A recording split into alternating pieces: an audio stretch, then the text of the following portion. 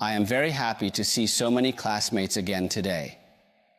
As I've mentioned previously, I haven't had profound discussions with any classmates, not desiring everyone to contemplate what to say. I inquired Lei Ling, and he stated that numerous current students are still somewhat filled with confusion, all desiring to succeed, hoping to know the location of point A, the location of point B, but unsure of how to reach there. Hopefully, I can share my experiences from my university days and after commencing my own company and provide guidance to those who are navigating the same journey. How did you make choices at multiple crucial points? For me, it was fairly straightforward. In 1992, I was accepted into Renmin University. During that period, I originated from a small city in northern Jiangsu, China. Back in those days, it was definitely not like today, where all of you students can enjoy such a great environment at Oxford, not only beautiful with culture and history, but also with excellent facilities. At that time, China was very poor. To what extent? When I was studying at Renmin University, all of our relatives, friends, and even the villagers in the whole village, everyone contributed 2 cents, 5 cents, at most 1 yuan, and we raised 500 yuan. At the same time, all the villagers in the village brought out all the eggs and gave them to me, 76 eggs. And I went to Beijing. That was my first time leaving Suqian, also my first time in Beijing. So after arriving at the school, I thought, it's like my biggest challenge is how to survive. Because I knew there was no more money at home or in the village to support me. In those days, everyone knew it was very difficult to find work in Beijing, almost impossible to find such work. The Ministry of Education emphasized the prohibition of students engaging in business activities on campus, as it was seen as a violation of regulations. But I have no choice, so I have to start by doing tutoring like many other classmates. And they're also promoting books. Well, fortunately, the first year, although quite tough relatively speaking, was manageable for survival. That year, I put effort into learning English. I knew that after entering Renmin University, I couldn't rely solely on studying a major in sociology. I had to broaden my knowledge. The best choices that year were either mastering English to study abroad like you all, perhaps at Oxford or Cambridge, or pursuing a career as a civil servant in the government to secure a stable job. Yes, I hope I can study abroad, so I worked hard to learn English. It's almost the end of my freshman year. Something happened in our dormitory. This incident can be considered the first time that changed my life. In our university dormitory, there were 6 people in each room, and each room had its leader based on age.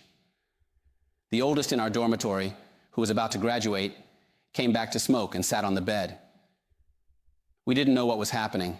After searching for a while, he eventually spoke up and mentioned that he desired to go see that extremely appealing girl from our English department. He spent a full 3 months trying to impress this girl, reserving a seat for her every day at Renmin University.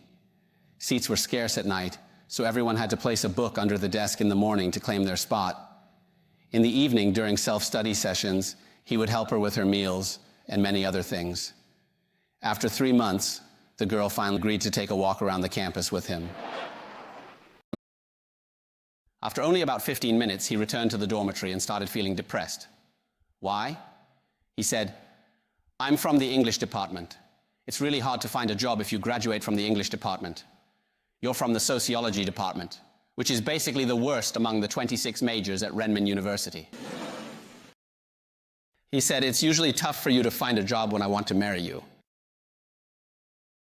After returning and informing us, it created a heavy atmosphere in our dorm that night. That was a heavy blow for me. Like you, I believe I can eat less, can be without a boyfriend. If you don't have a girlfriend, being single for life as a bachelor, that's really tough. So I'm thinking, do I really want to rely on this major to find a girlfriend or not? How can I find a girlfriend?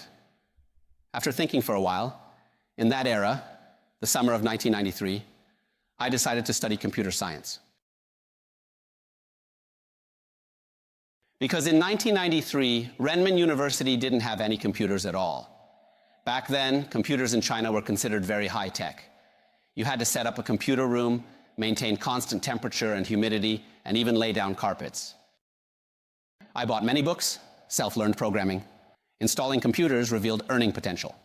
So, worked part-time as computer installer for a year to support studies, excelling in all areas, achieving high grades. In my junior year, I was thinking it was my second time making a choice, right? Because I earned a lot of money from working part-time at Sanyang. By the time I was in my junior year, in 1995, I bought a Motorola for 24,600 yuan. It was a big brick-like Motorola phone with analog signal. When I went to the restaurant to eat, as long as I put that phone ring on, the waiter would come over and talk with a trembling voice. "Sir, may I take your order?" What would you like to purchase? Because during that time, it was predominantly Hong Kong triads who were carrying cell phones, you know. I'm thinking that I can't just stick to computer installation. It's just a way to make money. After careful analysis, I believe that with over 1 billion people in China, the country is just beginning to ensure everyone is fed, but not necessarily well fed. Food will always be a priority, and it will definitely become a growing industry in the next 20 years. That's why I'm thinking of opening a restaurant. I just hope. One day at noon, we opened 10,000 restaurants, just like McDonald's and KFC. Then, after working for a few years to earn money, carrying 240,000 yuan in a big backpack. At that time, there were no bank cards, no online payments. Carrying a backpack full of cash, I went to the west gate of Renmin University to find a restaurant I liked. Once I saw a notice posted by a Sichuanese boss at the entrance of the restaurant, saying the restaurant was up for transfer. After eating, I asked my boss the price. Then in the afternoon, after finishing lunch, I went to the bank to withdraw all my savings, ran to the boss and handed over the money. The boss was stunned. He asked, "Aren't you going to negotiate?" I replied, "I don't need to negotiate for things I like." And this is just a starting point for my career. I'm not relying on your restaurant, on this one restaurant, to make money. This is a seed. I want to do it well, standardize it, and then franchise it. So I don't care if this restaurant is a bit more expensive or a bit less expensive. Boss, I heard you have a promising future ahead, and the cashier at the front is his younger sister, and the chef cooking behind is from Sichuan, a village in his village. Then, his sister's husband does the grocery shopping. After buying the restaurant, I said I wanted to establish a modern management system. We couldn't rely on family-run businesses at that time. We felt that it wouldn't grow, so I won't let any of my relatives enter the restaurant. Then we set some rules. We hired a young girl at the front desk to handle payments and take orders. Oh, at that time I read a lot of books on management. I read a lot about using this Fu Yi Nian San Lian, right, to make sure the dishes in the kitchen match the money collected at the front. Oh no, all employees received a pay raise. Everyone was given a Seiko watch, a $180 Seiko watch in that era. Oh, the $180 series, I can inform him today, it's probably around $50K to $60K. Then in the past, the employees, all living in this kind of basement, had extremely bad conditions, not suitable for human life. I moved them to Liu Qiangdong, where they lived in 3 courtyards so they could see the sun with heating and AC. Employees have been helpful. At first, they were very good to me. After 3 months, I realized I was losing money. I couldn't take any money and struggled to pay salaries. When there was no money, they would request tofu and beer. Being in my senior year of college and occupied with my thesis, I had limited time. Initially, they would give me money. However, later they started asking me for money. After 6 months, when I had no money left, I went to investigate what happened. And in the end, we met an elderly Beijinger who told me something. He said, "Xiao Liu, running a restaurant like this, you'll always lose money." When asked why, he explained that the cashier girl and the chef in the back have fallen in love. So now that you're in a relationship, you've dumped Fu Yulian, so you don't have to give me the money, right? Got it? This way, you won't be able to find out, right? And what about this guy who buys groceries? Young man, at the beginning, he kept raising prices, saying, "Check me out." Well, back in the day, beef used to cost 8 yuan per pound, then it went up to 18 yuan per pound after 6. You know, he wasn't satisfied with that. At first, when it went from 6 yuan to 8 yuan, then 8 yuan to 10 yuan, and finally up to 18 yuan, he still wasn't satisfied, wanting even more money. What should we do? Buy 5 grams, say 10 kilograms, buy 10 kilograms, say 20 kilograms. Then, in those restaurants, they were all in good relationships and shared money every day, so no one told me. Then, eating at the restaurant meant drinking. You had to drink the best wine and eat the best food, right? At night, when I wasn't there, after work at 10 o'clock, every night all the chefs and waiters wanted to eat the most and the best food. So in about 6 months, the restaurant closed down. Well, not closed down, but my money was all lost. Yes, all lost. When I found out about these things, I held a meeting with the employees and gave all employees an extra salary. In advance, let the person in charge of purchasing veggies post notices, requiring all suppliers, whether you supply bean sprouts, tofu, beef, beer, etc., to settle bills. So all money spent during process was used up. Each employee got a salary. Then I held final meeting with employees. I said, this is my first venture. It used to be my biggest dream, right? I thought I was very good to you all, but what you did, you know very well. Now I know too, this is the most heartbreaking thing for me. I will never come back to this place again. After I leave, I will leave the restaurant to you. Whether you want to run it or not, find a new owner. I don't care anymore. I won't sell it to anyone else in these 3 years. I'm too lazy to sell it to anyone else. Because when I was young, I was very idealistic. And for such things, the pain and sadness come from a certain disappointment in human nature, not from the loss of money. With a heavy heart, I left the restaurant and never returned. I don't know why. Reflecting on it, as a college student, why did my entrepreneurial venture end so miserably? I invested all my savings from the past 3 years. Making money wasn't easy. I worked tirelessly day and night, almost 16 hours a day, just like when I was studying, spending hours on computers, reading books, working, and learning English. So I was thinking, I should learn management knowledge because I felt there was an issue with my management. During that era, the best management in China was in Japanese companies. Therefore, I found a Japanese company known for its excellent management practices and joined them. With my hard work, the boss valued me and continuously promoted me, from being a salesperson to handling computers, and then to managing online computer sales. In Japan, they call this role tanto, and after going through these 3 rotations, the boss decreed my promotion. At that time, I said, no, I won't stay at this company because I failed in my first entrepreneurial attempt. Throughout my journey, I have never lost sight of my own dream. This became even more evident during my 2-year tenure at a Japanese company. It was a profound experience that led me to forgive all the dozens of employees at the restaurant when I eventually departed. Although I couldn't harbor hatred towards those brothers, I couldn't help but feel dissatisfied. I expressed my frustration, saying, I treated you with utmost care, kindness, and generosity, yet you treated me in this manner. I thought it was unfair. I thought they owed me. But after working in Japan for 2 years, I realized it wasn't my responsibility, nor theirs. At that point, they were all a group of individuals who hadn't attended college or received proper education. Their cultural quality was AVG. In a local company with a good management mechanism, right? Or when your management mechanism fails, in a company with almost no management and monitoring system, it will slowly bring out the bad side of human nature, so I feel that all responsibility lies with me. I will not stay at this company because my initial entrepreneurial endeavor was unsuccessful. I have never abandoned my own dream. And after working in a Japanese company for 2 years, I came to a profound realization that I had forgiven all the numerous employees at the previous restaurant when I departed from there. In reality, I cannot harbor hatred towards those individuals, but I am dissatisfied. I stated that I treated you very well, didn't I? I provided you with everything good, and you treated me in this manner. I feel this is not right. I feel they owe me. But after working in Japan for 2 years, I feel it's my responsibility, not theirs. At that point, they were all a group without a university education or proper training. Or when your management system fails, in companies with almost no management and monitoring systems, it actually slowly brings out the bad side of human nature, so I feel all the responsibility is mine. So at that time, I have to admit that I felt like I couldn't stay in a Japanese company. I had to go out. Resilience is about not being satisfied, not accepting defeat, and motivating oneself to go start a business. So why did I just spend such a long time telling you all the story of my first failed entrepreneurial attempt? I firmly believe that even though today we are learning management at the business school, right?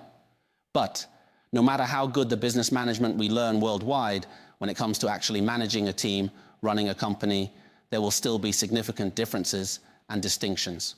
So I also hope that everyone don't take management lightly. Don't think just because you have a background in studying, etc., you will definitely be the best manager. Sometimes it's not necessarily the case. When starting my business, due to the Japanese company, the restaurant I opened was losing money. To cover losses, I borrowed money from friends in Beijing, particularly those who knew wealthy fellow villagers and classmates. I accumulated tens of thousands of dollars in debt. After 2 years at the Japanese company, I slowly repaid the loan, leaving me with $12,000. With that amount, I went to Zhongguancun, a popular area in Beijing at the time. Rented cheapest restaurant, cheapest counter, small counter. Then I bought a computer with about 400 yuan left. If this small counter can't make money within 3 months, the second entrepreneurial company might go bankrupt again. Very fortunately, why did it succeed? In Zhongguancun, after over a month, I realized that during that era, Zhongguancun was mostly filled with fake products and lacked proper services, right? Each counter owner trained their own staff, and every night after work, they would come up with 10 tricks. Zhongguancun was known for deceiving people, engaging in fraudulent activities like bait and switch, and various other deceptive practices, all aimed at deceiving customers and making more money solely for profit. At the same time, I noticed that a single item in Zhongguancun would be moved between counters multiple times.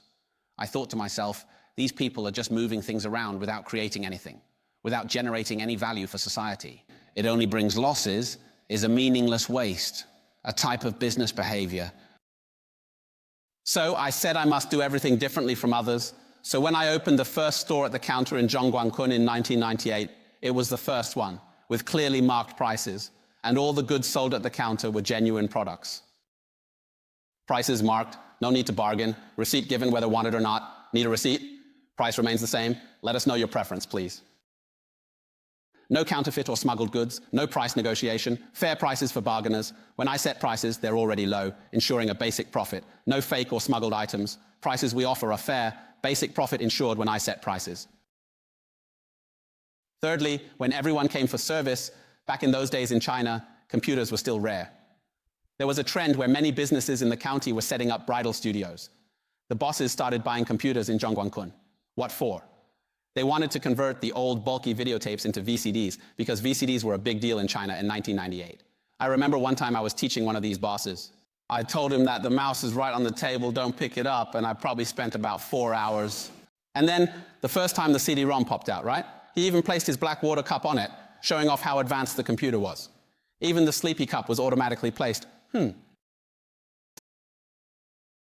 But because of good service, even though they may have never touched a computer before, I, being young and willing to spend more time than others, could teach them for 2 to 3 hours, maybe even 3 to 4 hours, while others might just rush to finish a deal in 3 to 5 minutes. I naturally could only persist for about half a year. The computer they bought from me, we called it Qiangdong Multimedia. At that time, I called it Qiangdong Multimedia. Bosses in cities, counties who bought my Qiangdong Multimedia computers made money, then bought others, but couldn't operate because computer sellers don't train Chinese assemblers. As a result of my training, within 6 months, various owners of bridal and photography studios from different counties and cities started flocking to Zhongguan village to find a place called Qiangdong Multimedia. Consequently, overnight, 5 or 6 Qiangdong Multimedia stores popped up in Zhongguancun. Of course, eventually people started to find me, so my business became very popular. After that, I hired the first employee, and almost every month I hired more employees. I am the only one in the Chinese village where people line up to buy things. Of course, it's related to the time spent on transactions with me, because I don't just let you pay and leave after buying something. You receive training there, one by one. The business got popular.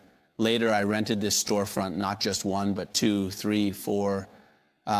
In about 6 years, I owned 12 IT chain stores in China. At that time, I hoped to franchise.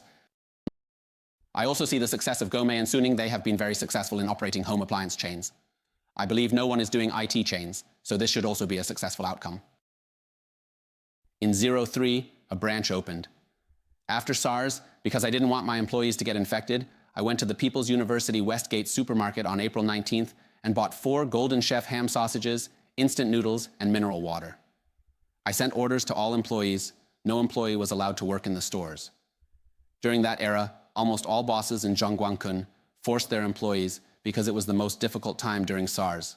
Prices kept dropping. People bought very little, and most businesses were on the verge of collapse. You couldn't see anyone on the streets of Beijing at noon. Other bosses force employees to work, If not, they get fired.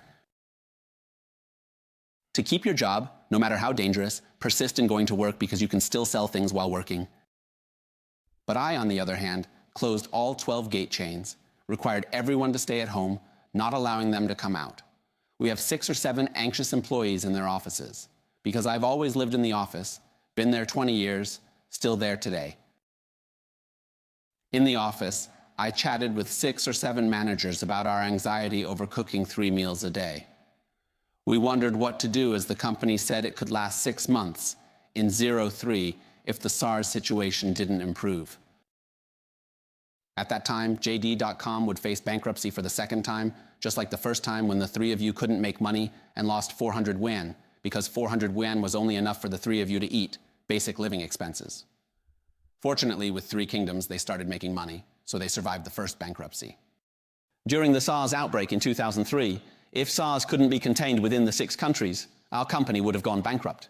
There was this manager. Up to now, no one knows who came up with the idea, because at that time, during lunch, everyone was feeling down. Everyone was drinking and getting drunk. One tipsy manager said, "Since we're afraid to meet customers in person, why not buy things online? Then we wouldn't have to deal with customers directly, and we wouldn't have to worry about SARS." This is great, isn't it? So we quickly set up an ADSL connection. We started by going under every news article on Sohu and Sina, then we wrapped it up there, typing away every day. "Hey, we're from JD Multimedia, we sell this and that, this item costs how much, and what is our postal remittance address? If you want to buy and remit to us via postal remittance address," right? After 4 days, not a single person responded. There's no one that foolish, right? We might see comments under the news saying that this person is selling something, then they send money to the post office, and the money is transferred. Moreover, they often not only delete accounts, but also continuously ban them. One day, I posted on a forum called City Best, and what happened? The owner of City Best, who is also the founder and head moderator, when he did so, he replied saying, "JD Multimedia, I know this is Zhong Guangkun. In the 5 years I've been here, I have never sold counterfeit goods." Recommendation is when we leave comments on posts, and the outcome of commenting is that within approximately a week, a total of 21 internet users have sent us money and made purchases of our products. But I thought, hey, it's interesting, isn't it? It's funny to say online that someone is buying things for you. That year, I didn't have a trading system, no online store, everything was on BPS, very foolish. First, what product? Second, how much for the product? Third, how much for the product? If you want to buy, please send the money to the post office address. After sending money, you must reply to the post and inform me of the date, number, bank, and post office of the remittance. This is because banks lacked online transfer capabilities, so all remittances were made via the post office at that time. Then you had to depart from your home address, correct? At that time, perhaps individuals did not possess much understanding of personal privacy. Oh, at BPS, the post would state, "I sent you $382, what is my home name, address, and phone number?" Then we would begin writing it down. The warehouse would take the goods, send them to him, and after 11 days, he would reply to the post stating, "Received the goods, no problem." However, I find it incredibly fascinating. Why? Well, in 2003, I made the decision to assign an employee to continue working on it, and by the conclusion of that year, I conducted an analysis. My findings led me to the conclusion that e-commerce is undoubtedly the future of retail. This realization was based on 3 crucial insights that I gained from 6 years of experience in traditional retailing. I'm confident that many of the individuals present here today, including experts in supply chain and marketing, are well aware of these key points. The most crucial aspect of retail is the front-end user experience and back-end costs and efficiency. I mean, isn't it great that you can shop online without leaving your house? Having items delivered right to your doorstep is definitely more convenient. Then, by 2003, I discovered that although only about 100 or 200 people had purchased our products online, when I calculated all the costs, I found that the offline costs were 50% lower in comparison to the costs of our 12 chain stores. Then in that particular year, because I had studied programming, I began analyzing those BS posts. I downloaded all the posts and stored them in a FoxPro database management system. Then using Fox programming to continuously analyze, I found that when I had 12 stores, I couldn't digitize the trajectory of customers entering my store at all, because back then it was impossible. Now we can do it because we can use artificial intelligence and cameras to track. In that era, There were no cameras or artificial intelligence, so when customers entered the store, looked at things, showed interest, picked up items, held them for a few seconds, you didn't capture any of that. But online, a consumer clicks on a page, stays for a few seconds, then closes it, clicks on another product. So, using a simple Fox Pro in the late 1990s, a very simple database. With my limited programming knowledge, I can analyze and determine what interests the customers. In this manner, I'm able to make sales forecasts utilizing my inventory predictions, effectively manage my inventory, decrease the number of days it takes to turn over my inventory, and enhance the efficiency of my complete retail chain. Consequently, e-commerce represents our future trajectory.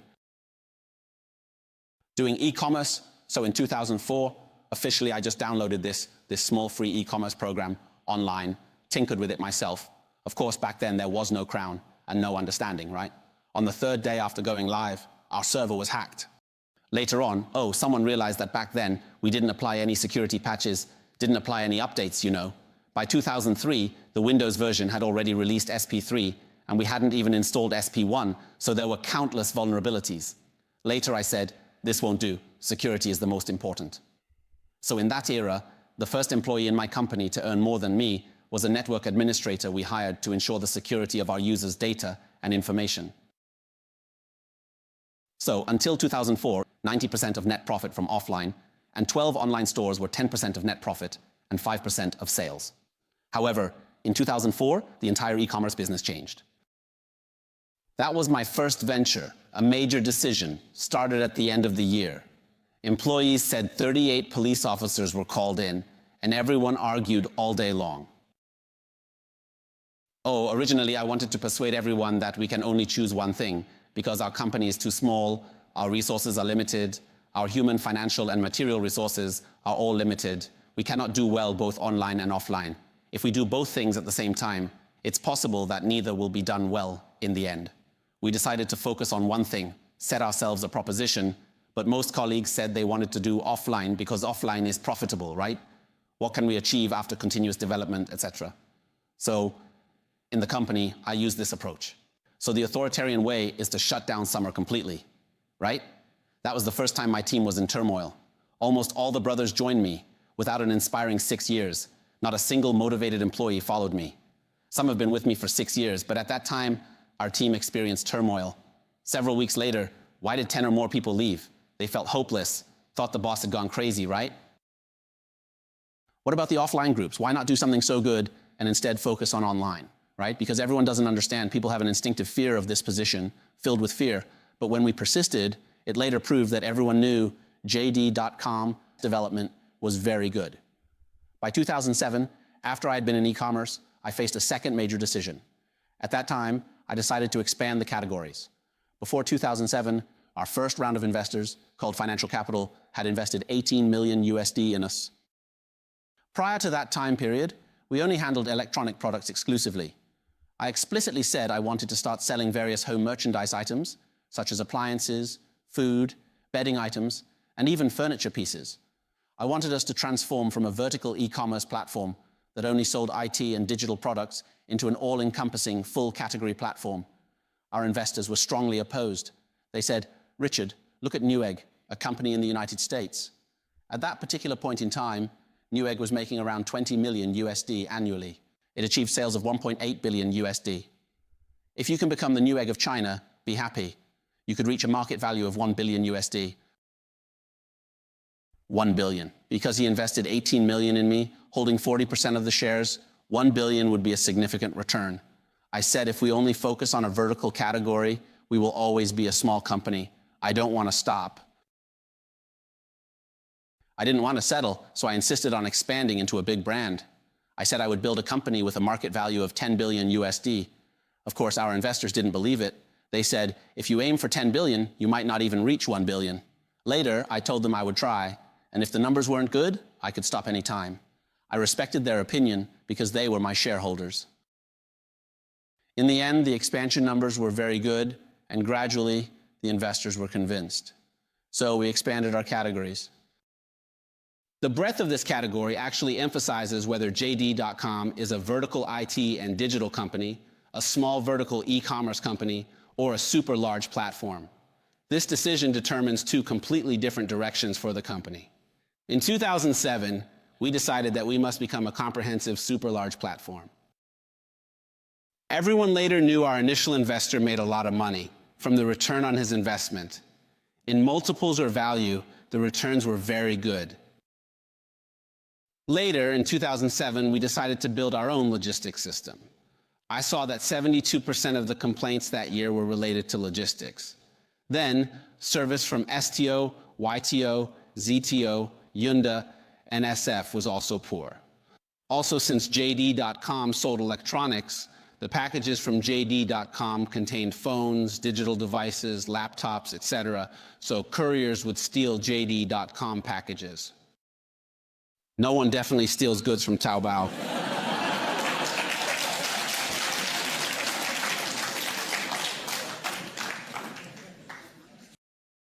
Anyway, the products we sell are too high in value. So I said I must do logistics. Doing logistics not only improves user experience, but at that time, I realized that the entire logistics industry in China was inefficient, with high costs and no sense of service. The couriers had no service awareness towards customers, and the service was extremely poor. I said I must build the logistics industry in China. There wasn't a single decent company, which for me was an opportunity. In my business approach, there are a few key points. Every industry has problems. If an industry looks perfect, you can hardly see any issues in it. JD.com never touches it, which also means there is no opportunity for you. If you find an industry that is chaotic and terrible, it's scary. That is a huge opportunity, and you must get into it, because if you solve the problems, your business model can succeed. This is my way of thinking. We went into logistics, even though investors were hesitant, saying logistics. Internet companies doing logistics, right? Well, by around 2008, we had several investors, not just one investment group. Almost all investors were opposed. In the end, I made a bet with them. I said, look, this role is something I created, right? I have to do it. If we lose money in the future, it will all be counted as my shares, and I will compensate you with my shares. If we make a profit, everyone will benefit according to their share proportion. If it succeeded, great. Frankly, investors didn't need to give me shares. If it failed, I would compensate the investors with my shares to make up for my decision. Of course, as everyone knows, today many Chinese students, before coming to the United Kingdom, have probably bought things on JD.com and know how good our logistics service is. Now, the entire 57%. Sigh, indeed, everyone can actually purchase on Amazon in the United Kingdom. And some of you might also be Amazon Prime members, right? $199, and after you buy it, wow, 2 days fast delivery.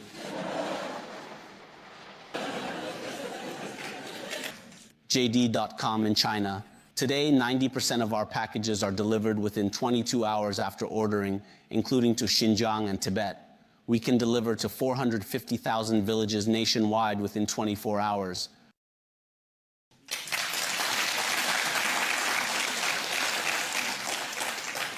"57% of our orders nationwide are delivered within 6 hours, from the time you place the order to when you receive the goods. This 57% includes a large number of rural areas, not just major cities, but also small cities and rural areas. So in China, I believe everyone should know that if JD.com offered a 2-day fast delivery service, we would be heavily criticized." This is JD.com, quote, S logistics today, not only providing a favorable user experience. Most importantly, if you look at our financial report, the cost of our retail business is only about 10% of our revenue.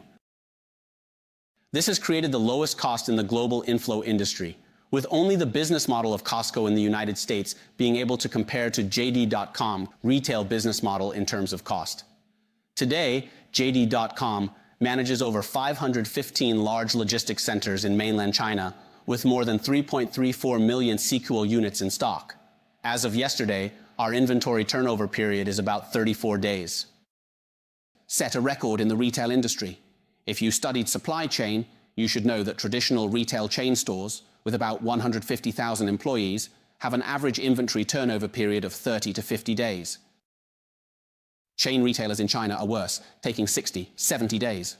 In contrast, our 320 types only take just over 30 days due to our self-built logistics. Cost and efficiency of the Parrot experience improved.